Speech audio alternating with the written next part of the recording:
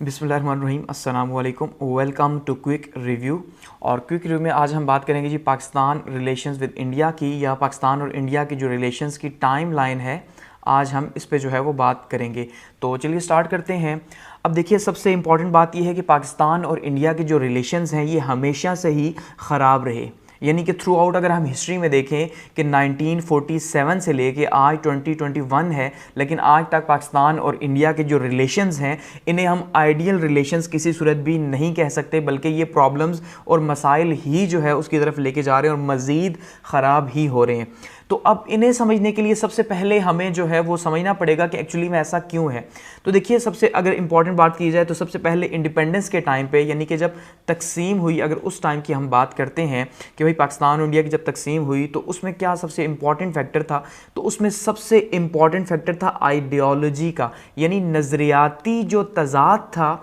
सबसे बड़ा प्रॉब्लम वही था। और यही प्रॉब्लम आज तक पाकिस्तान और इंडिया के बीच में है। क्यों? यही प्रॉब्लम हिंदू और मुस्लिम के बीच का प्रॉब्लम है कि अब जैसे एक पॉइंट ऑफ व्यू है, कहा जाता है कि भाई जो पाकिस्तान है एक्चुअली में पाकिस्तान तो था ही नहीं, बल्कि वो हिंदुस्तान ही था। अब इसमें बिल्कुल सच्चाई है कि हकीकत यही है कि हिंदुस्तान ही था और उसके बाद जो है वो 1947 में क्रिएट हो गया। लेकिन जैसे हम बात करते हैं अक्सर ख़ास करके कायदे आज़म की एक स्पीच का जिक्र किया जाता है कि कायदे आज़म ने ये फरमाया था कि भाई उसी दिन पाकिस्तान वजूद में आ गया था जिस दिन मालाबार के साहिल पे पहला मुसलमान जो है वो पहला हिंदू जो है मुसलमान हुआ था। अब आप देखिए, पहला हिंदू कब मुसलमान हुआ था, इस बात से क्या, इसका मतलब क्या कायदे आज़म कहना चाह रहे हैं। देखिए, कायदे आज़म ये कहना चाह रहे हैं कि भाई पाकिस्तान का मतलब क्या है, पाकिस्तान का मतलब है आइडियोलॉजी, कि पाकिस्तान एक आइडियोलॉजी के ऊपर बेस करता है। गो के बहुत से लोग जैसे पाकिस्तान के अंदर भी इस बात के ऊपर एग्री नहीं करते कि यार पाकिस्तान आइडियोलॉजी की बेस पे नहीं बना, लेकिन हम ये मानते हैं कि पाकिस्तान आइडियोलॉजी एक नज़रिए की बेस पे बना। और नज़रिया क्या था कि पाकिस्तान का मतलब क्या, ला इलाहा इल्लल्लाह, यानी कि दो आइडियोलॉजीज़ का तजाद है ना। एक साइड पर आज हम देखते हैं हिंदुत्वता है इंडिया के अंदर कि भाई वहाँ पर जो है ना हिंदुस्तान किसके लिए जी, हिंदुस्तान आज हम बात करें तो हिंदुओं के लिए है, ऐसा ही है। तो पाकिस्तान किस लिए बना, मुसलमानों के लिए बना, फिर ऐसा ही है। तो उसमें कायदे आज़म ने क्या कहा कि भाई ये एक सोच है कि जिस दिन पहला शख्स जो मालाबार का साहिल, यानी कि जो मुंबई का हम कह लें साहिल है, उसके ऊपर जब पहला शख्स जो है मुसलमान हुआ, जब अरब ट्रेडर्स जहाँ आया करते थे और ट्रेड किया करते थे, तो उनकी ट्रेड को, उनके रवैये को, उनकी सच्चाई को देख के जो यहाँ एक शख्स था जिसने खुद को हिंदुस्तानी कहा, तो वो शख्स जब मुसलमान हुआ, यानी कोई भी वो शख्स हो सकता है मुसलमान हुआ, तो इसका मतलब उसने एक नई आइडियोलॉजी अडॉप्ट की, एक नया नज़रिया अडॉप्ट किया, एक नए पैटर्न में, एक नई लाइफ की जो सिस्टम है उसमें चला गया। तो वो जो सिस्टम था उसी को हमने कहा कि वो आइडियोलॉजी है, आइडियोलॉजी ऑफ पाकिस्तान है। तो इसका मतलब जब नया नजरिया बिल्ड हुआ, आहिस्ता आहिस्ता वहां से लोग मुसलमान होना शुरू हुए, तो ये जो पूरे का पूरा मैप है, जो हिंदुस्तान का मैप था, ये हिंदुस्तान का मैप दो हिस्सों में तकसीम हो गया। ऐसे ही है।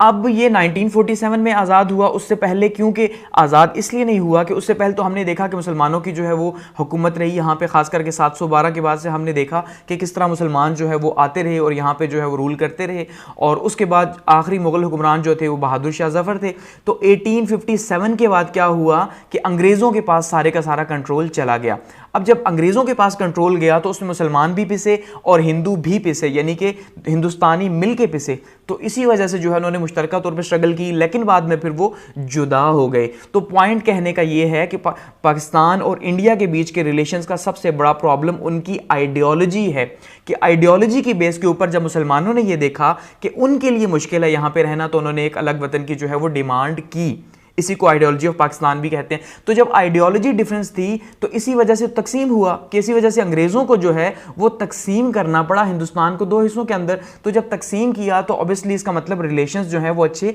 नहीं हो सकते थे। ऐसा ही है। तो जब रिलेशंस अच्छे नहीं हुए तो यहीं से प्रॉब्लम स्टार्ट हो गया। सबसे पहला प्रॉब्लम यानी आइडियोलॉजी का प्रॉब्लम है। उसके बाद देखिए, अगर हम बात करते हैं, अब ब्रिटिशर्स ने डिवीजन तो कर दी, उन्होंने तकसीम तो कर दी, लेकिन उनकी तकसीम में एक तो बरतानवी जो हुकूमत थी उसका अपना ख्याल भी यही था, और दूसरी साइड पे यहाँ पे हिंदुस्तान के अंदर जो लीडर्स थे, ठीक है, उनका भी ख्याल यही था कि भाई ये एक आर्जी पार्टीशन है, इसके बाद क्या होगा कि पाकिस्तान इंडिपेंडेंटली नहीं चल सकता और वापस हिंदुस्तान का हिस्सा बन जाएगा। इसी वजह से एक कमज़ोर तकसीम थी। बात को समझ रहे हैं कि जिसमें सबसे बड़ा इशू प्रिंसली स्टेट्स का बना कि उस टाइम पे 562 के करीब जो प्रिंसली स्टेट्स थी उनको कहा गया आप अपनी मर्जी से चूज करें, आप जिसके साथ भी शामिल होना चाहते हैं, यानी पाकिस्तान के साथ शामिल होना चाहते हैं या इंडिया के साथ शामिल होना चाहते हैं। तो जो पाकिस्तान के अंदर की स्टेट्स थी, जैसे देखिए अब ये पाकिस्तान का यहां पे मैप आपको दिखाई दे रहा है, तो ये जो इस एरिया के अंदर स्टेट्स थी, क्योंकि यहां पे मुसलमानों की अक्सरियत थी तो ये स्टेट्स भी अक्सरियत में मुसलमानों की ही थी, मुसलमान थे वहां पे, तो उन्होंने पाकिस्तान के साथ ही शामिल होना था। इसी तरह से जो इंडिया के अंदर स्टेट्स थी उन्होंने इंडिया के साथ जो है वो इल्हाक किया, लेकिन जिनका इशू बना जैसे जूनागढ़ का, हैदराबाद का इशू बना और कश्मीर का इशू बना, तो ये प्रिंसली स्टेट्स में सबसे बड़ा प्रॉब्लम था कि उन्होंने जो है ये छोड़ा प्रिंसली स्टेट्स के ऊपर,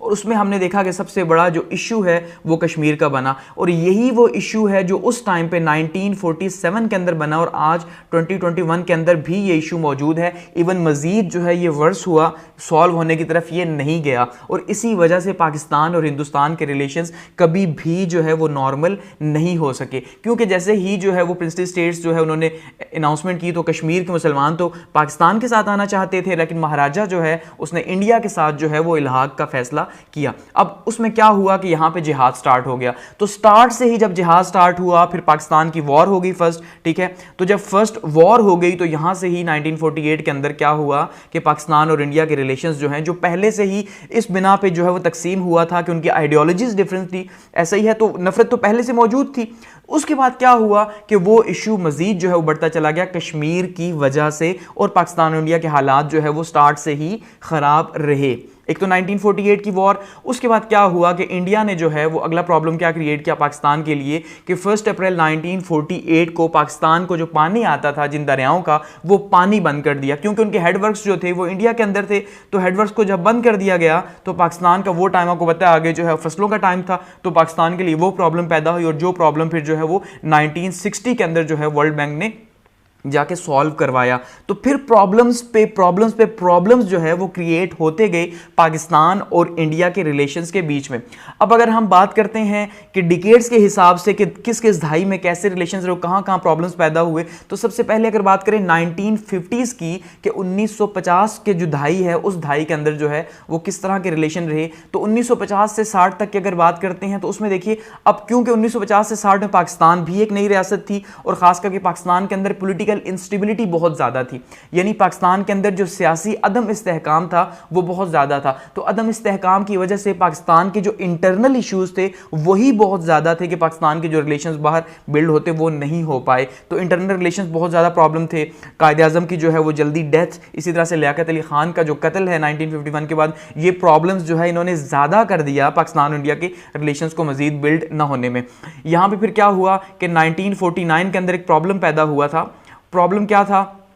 कि जो मुहाजिरीन थे, खास करके जो यहाँ का जो बंगाल का एरिया था, ठीक है, क्योंकि एक्चुअल तकसीम जो है पाकिस्तान की वो तो पंजाब और बंगाल की ही तकसीम थी, जिनको दो हिस्सों में तकसीम किया गया था कि भाई जहाँ पे मुसलमानों की आबादी ज़्यादा थी वो पाकिस्तान का हिस्सा हो गया, और जहाँ पे हिंदुओं की आबादी ज़्यादा थी, ठीक है, उसको दे दिया गया इंडिया को। तो तकसीम ये थी, तो अब बहुत बड़ी तादाद में जो है वो माइग्रेंट्स जो है वो इंडिया और पाकिस्तान दोनों में आए गए, तो इससे क्या हुआ, एक बहुत बड़ा प्रॉब्लम पैदा हो गया, खास करके जो जैसे पाकिस्तान से अगर हिंदू जा रहे हैं तो उनको जो है वो कत्ल किया गया, इसी तरह से मुसलमान जो आ रहे हैं वहाँ से उन्हें शहीद किया गया, तो दोनों साइड से, यहाँ बंगाल के अंदर भी यही हालात थे। तो ऐसे में जो है फिर 1950 के अंदर 8 अप्रैल 1950 को लियाकत नेहरू पैक्ट जो है वो साइन हुआ, जिसके अंदर एक तो बायलैटरल रिलेशंस की बात की गई कि भाई अब जब बन चुका है तो चलो अब हम ताल्लुकात आगे बढ़ाते हैं कि हमारे जो म्यूचुअल रिलेशंस रहे हैं सदियों से यहाँ पे और ओबियसली रहे हैं, तो उन रिलेशंस को एक तो आगे लेके चलते हैं, और दूसरा जो माइनॉरिटीज़ का प्रॉब्लम है कि हम जो है कुछ टाइम इन्हें देंगे कि जो भी जहाँ आना जाना चाहे फ्रीली आ जा सकता है,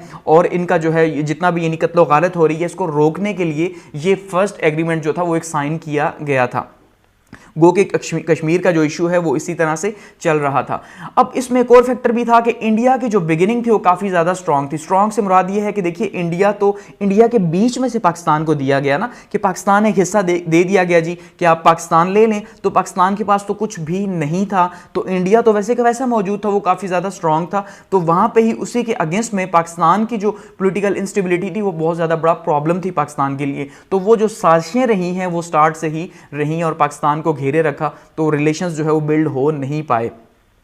इसके अलावा इंडिया के लिए प्रॉब्लम ऑफ एक्सेप्टेंस बहुत बड़ा प्रॉब्लम था, यानी कि पाकिस्तान को as a state as a sovereign state जो है वो एक मुकम्मल रियासत के तौर पे एक्सेप्ट कर लेना, ये भी इंडिया के लिए एक बहुत बड़ा चैलेंज था, जो कि आप देखें आज अगर 2021 है तो आज भी जो है वो प्रॉब्लम्स मौजूद हैं कि इंडिया ये नहीं मानता कि पाकिस्तान एक स्टेट है। ठीक है, गोगी से मानना पड़ता है, लेकिन इश्यूज तो हैं, ऐसा ही है। तो उस टाइम पे भी जो है जब इंडिया एक स्ट्रॉन्ग कंट्री था और पाकिस्तान जो है वो बहुत मुश्किल हालात से गुजर रहा था, तो जो एक्सेप्टेंस का प्रॉब्लम था वो मौजूद था। इसके अलावा जो एंटी यूनिटी एलिमेंट्स थे दोनों साइडों पे, क्योंकि बात फिर वहीं पे आती है कि अगर एक आइडियोलॉजी की बेस पे बना मुल्क, ठीक है, तो इसका मतलब ये है कि इस साइड से जो आइडियोलॉजिस्ट जो लोग थे जो ज़्यादा बिलीव करते थे, ठीक है, उन लोगों ने जो है, अब जाहिर बात है फिर यहाँ पे अपोजिट बेसिस में यहाँ पे सियासत भी तो करनी थी, तो ऐसे में जो है यहाँ से प्रॉब्लम शुरू हुआ कि वो लोग जो नहीं चाहते थे कि भाई रिलेशंस बिल्ड हों, तो दोनों साइडों से प्रॉब्लम्स जो है वो क्रिएट हुए, दोनों साइडों से हालात जो है वो ख़राब करने की कोशिश की जाती रही, और कश्मीर जो है वो बेस रहा इन रिलेशंस का।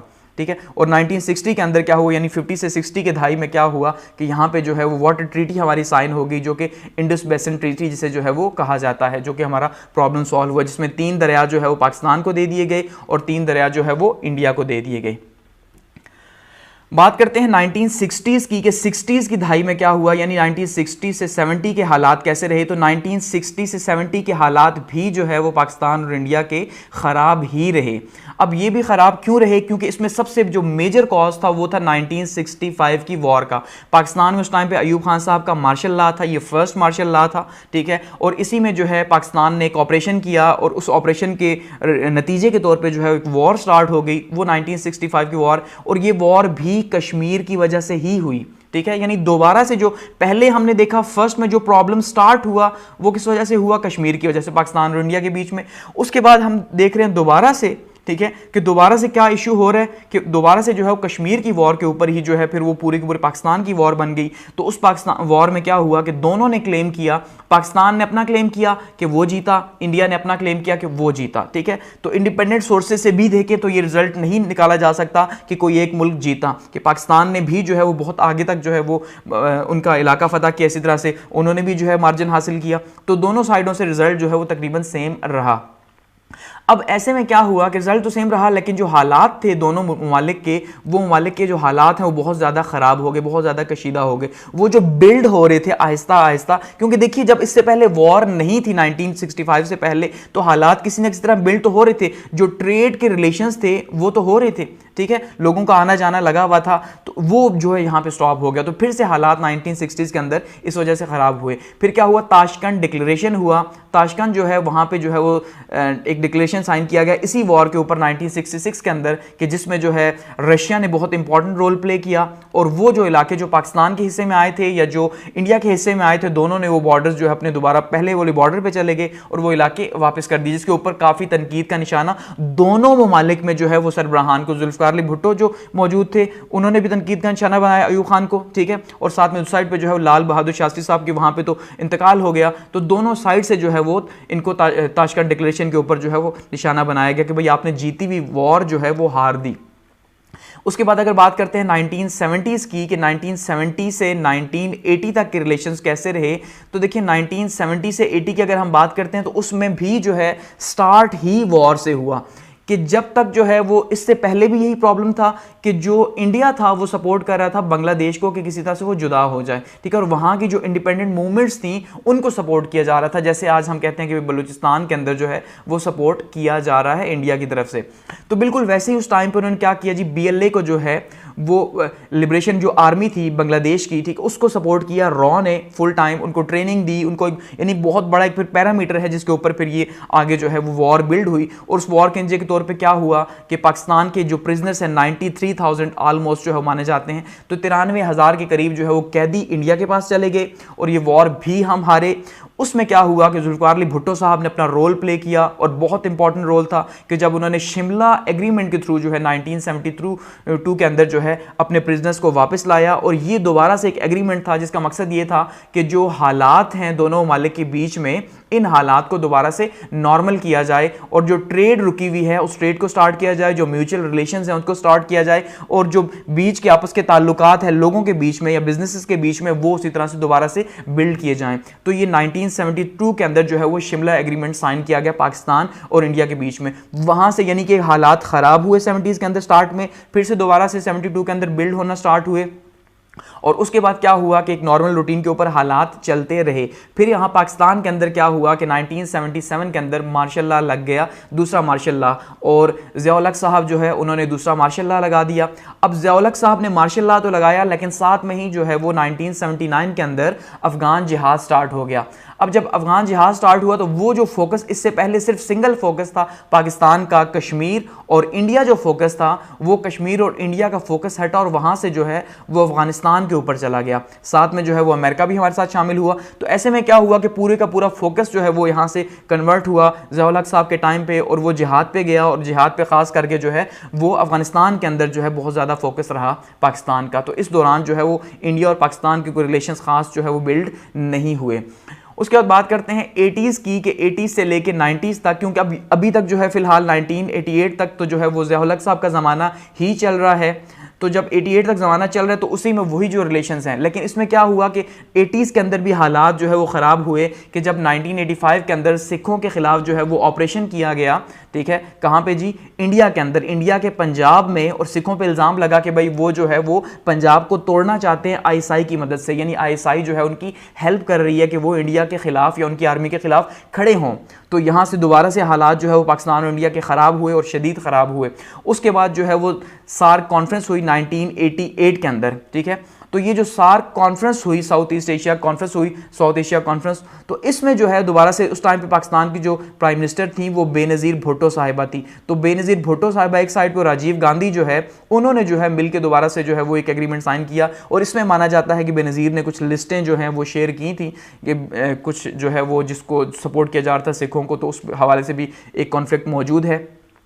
उसमें जो है गो के बात ये की गई कि भाई अब दोबारा से पाकिस्तान और इंडिया के जो रिलेशंस हैं उनको नॉर्मल किया जाएगा और नॉर्मल हालात पे लाया जाएगा, और ये 88 के अंदर हो रहा है। लेकिन 88 के बाद क्या हुआ कि 89 के अंदर जो है, ठीक एक साल के बाद, कि अभी एग्रीमेंट हुआ ही था कि दोबारा से हालात जो है वो ख़राब हो गए। क्यों हो गए? क्योंकि कश्मीर के अंदर जो है वो जिहाद स्टार्ट हो गया, मुसल्लह जिहाद। एक प्रॉपरली से पहले भी हो रहा था, लेकिन यहाँ से जो जिहाद स्टार्ट हुआ वो आप देखें आज भी जो है उसी तरह से वो जारी है, और उसी तरह से जो है वो जिहाद हो रहा है, जिसका इल्ज़ाम जो है वो लगता है पाकिस्तान के ऊपर, खास करके आईएसआई के ऊपर, कि आईएसआई जो है वो लश्कर तैयबा या जैश मोहब्बत को वहाँ पे सपोर्ट कर रही है। तो 1989 के बाद वहाँ जिहाद जब स्टार्ट हुआ, अपराइजिंग हुई, तो फिर से पाकिस्तान और इंडिया के हालात जो है वो ख़राब हो गए, जो ख़राब ही चले आ रहे थे। लेकिन बीच में जो है वो 88 के अंदर एग्रीमेंट्स हुए, लेकिन उसके बाद फिर से जो है एक साल बाद ख़राब हो गए। 90s में अगर बात की जाए पाकिस्तान इंडिया के रिलेशंस की, तो गो के कश्मीर जिहाद भी चलता रहा, लेकिन 90s में हालात कुछ ना कुछ जो है वो बेहतर हुए, और म्यूचुअल जो ट्रेड है वो ट्रेड किसी न किसी सूरत जो है वो जारी रही। तो 1990s का जो टाइम था, हम ये कह सकते हैं कि पाकिस्तान और इंडिया के रिलेशन के लिए काफ़ी अच्छा टाइम रहा as compared to other decades के। बाकी जो डिकेड्स थे उसमें इतना अच्छा हमें देखने को नहीं मिलता। उसके बाद क्या हुआ कि क्योंकि इसी में नवाज शरीफ साहब की 2 टर्म्स थी और बेनज़ीर भुट्टो की 2 टर्म्स थी, तो उसमें जो है वो रिलेशंस तो बिल्ड होते रहे और रिलेशंस बिल्ड हुए। लेकिन उसके बाद फिर से दोबारा से क्या हुआ कि 1998 में जब जो है वो इंडिया ने एटॉमिक ब्लास्ट किए तो पाकिस्तान ने उसके रिस्पॉन्ड में किए। तो जब पाकिस्तान ने एटमी धमाके किए तो एटमी धमाकों के बाद दोनों ममालिक जो है वो दोबारा से हाई अलर्ट हुए, दोनों के ऊपर पाबंदियाँ लगीं, और ऐसे में दोबारा से जो ताल्लुकात हैं दोनों ममालिक के ख़राब हो गए। कि इससे पहले जो है वो रिलेशन चले आ रहे थे, लेकिन जैसे ही एटमी धमाके हुए तो अब दोनों जो है वो एक तरह से थ्रेट बने रीजन के अंदर, तो पाबंदियां भी लगी, लेकिन वहीं पर रिलेशंस भी जो है वो खराब हुए। इसी के बाद क्या हुआ कि कुछ ना कुछ 1998 के अंदर या 7 के अंदर रिलेशंस बिल्ड हुए थे पाकिस्तान नवाज शरीफ साहब के सेकंड जो टेन्योर था उस सेकंड टेन्योर के टाइम पे। लेकिन फिर से जब कारगिल वॉर हुई, अब कारगिल वॉर क्यों हुई कि 1999 के अंदर दोबारा से पाकिस्तान के अंदर मार्शल लॉ लगा, ठीक है। अब जब दोबारा से मार्शल लॉ लगा और चीफ एग्जीक्यूटिव के तौर पे जनरल मुशर्रफ साहब ने टेक ओवर किया, तो ऐसे में क्या हुआ कि कारगिल वॉर जो है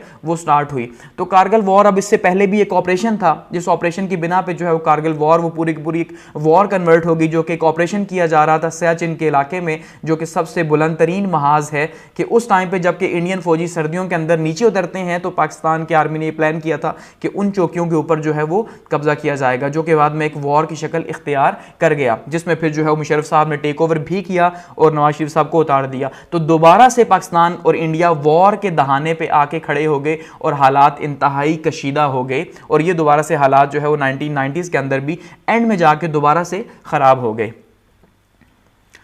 उसके बाद अगर बात करते हैं 2000 की कि 2000 से लेकर 2010 तक के जो हालात हैं वो किस तरह के रहे, ये दहाई कैसी रही, तो जैसे हमने देखा कि जो आगाज़ है वो कुछ अच्छा नहीं हुआ, क्योंकि मुशर्रफ साहब के आते ही जो है वो एक जंग की वजह से ही आए। तो जाहिर बात है जब जंग की वजह से आए तो हालात तो पहले से ही ख़राब थे, तो उन ख़राब हालात में जो है मज़ीद ख़राबी भी पैदा हुई। लेकिन इसी दौरान जो है फिर मुशर्रफ साहब ने चीज़ों को रिजॉल्व करने की कोशिश भी की। ऐसे में क्या हुआ कि दोबारा से, जैसे मैंने कहा कि जो बोन ऑफ कंटेंशन है वो कश्मीर ही है, कि कश्मीर की वजह से ही हमेशा इश्यूज रहे हैं। तो उसमें क्या हुआ कि इंडियन पार्लियामेंट के ऊपर अटैक हो गया 13 दिसंबर 2001 को। ठीक है, अब जब अटैक हुआ तो सिंपली उसका सारे का सारा जो जिम्मेदारी थी वो किसके ऊपर डाली गई, आईएसआई के ऊपर, कि भाई आईएसआई ने जो है वो लश्कर तैयबा को सपोर्ट किया, जिस वजह से ये अटैक हुआ। दोबारा से पाकिस्तान और इंडिया के हालात जो हैं फिर से ख़राब हो गए इस नहज पे पहुंच के। इसके बाद 2001 के अंदर जो है, इससे पहले जो है ये कॉन्फ्रेंस हो चुकी थी, 14 से 17 जुलाई 2001 तक आगरा कॉन्फ्रेंस हुई थी, जिसके अंदर जो है जनरल मुशर्रफ साहब जो है हमारे मौजूद थे, और दूसरी साइड से अटल बिहारी वाजपेयी मौजूद थे, जिन्होंने जो है वो कश्मीर के ऊपर एक कॉन्फ्रेंस हुई, लेकिन उसका जो है कोई फ़ायदा नहीं हुआ। तो उसी के बाद ये हालात जो है दोबारा से ख़राब हुए। उसके बाद 2004 के अंदर सार्क कॉन्फ्रेंस हुई इस्लामाबाद के अंदर, और इसमें जो है दोबारा से पाकिस्तान और इंडिया के प्राइम मिनिस्टर्स ने बातचीत की, ठीक है, सदर साहब और प्राइम मिनिस्टर ने, लेकिन इसमें भी जो है वो कोई खातिर ख्वाह फ़ायदा नहीं हो सका और हालात को बिल्ड नहीं हो सके। गो के कुछ जो है वो नॉर्मल हुए हालात, ठीक है, लेकिन वो उस तरह से बिल्ड नहीं हो सके। उसके बाद क्या हुआ कि 2007 के अंदर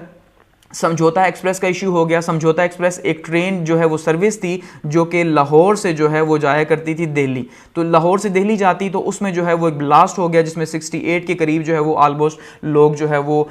मारे गए उसके अंदर, जिसमें जो मेजॉरिटी थी वो मुसलमानों की और पाकिस्तानियों की थी। तो इसका भी अभी तक पता नहीं चलाया जा सका कि ये क्या था। गो के पाकिस्तान ये इल्ज़ाम लगाता है कि भाई ये जो है वो एक दहशतगर्दी की कार्रवाई थी इंडिया की साइड से, ठीक है। तो इंडिया ये कहता है कि भाई उनके सिविलियंस भी जो है इसमें शामिल थे, जिनको जो वहाँ पे जो है वो इसके अंदर मारे गए। तो ये समझौता एक्सप्रेस का इंसिडेंट हुआ। इसी से अगले साल क्या हुआ कि मुंबई अटैक्स हो गए 2008 के अंदर, जिसकी पिक्चर आपको दिखाई दे रही है यहाँ पे। तो जब ये मुंबई अटैक्स हुए 2008 के अंदर और लश्कर तैयबा के ऊपर जो है वो इसका इल्ज़ाम लगा